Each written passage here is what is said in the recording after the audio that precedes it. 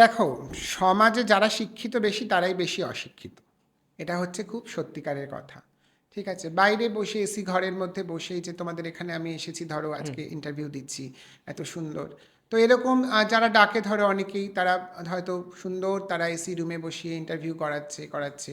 পুজোর সময় হয়তো ডাকছে, বা কোনো নাচের অনুষ্ঠানে ডাকছে, বা কোনো অ্যাওয়ার্ড প্রোগ্রামে ডাকছে, সুন্দর এসি রুমে, এসি বড় ব্যাঙ্কোয়েট হল, বড় তোমার বড় বড় সমস্ত মানে যেগুলো আর কি আমাদের হোটেল আছে কলকাতার শহরে, বড় বড় সমস্ত, সেই সমস্ত জায়গাগুলোতে তারা অনুষ্ঠান করছে। কিন্তু তারা ওই সম্মানটা দিচ্ছে, তারপরে তারা সারা বছর আর ফিরেও তাকায় না হুম। যে ট্রান্সজেন্ডাররা কিভাবে আছে, তাদের আর্থ সামাজিক পরিকাঠামো কত, তাদের একটা চাকরির জায়গা নেই রাজ্য বলো বা আদার্স জায়গা বলো, সেখানে তাদের জন্য কিছু ভাবা হচ্ছে কিনা সেটা তারা ভাবে না। সম্মান দিচ্ছে, ওই অ্যাওয়ার্ডটা দিল, দেওয়ার পর মানুষ ওই সারা বছর ভুলে গেল সেখান থেকে।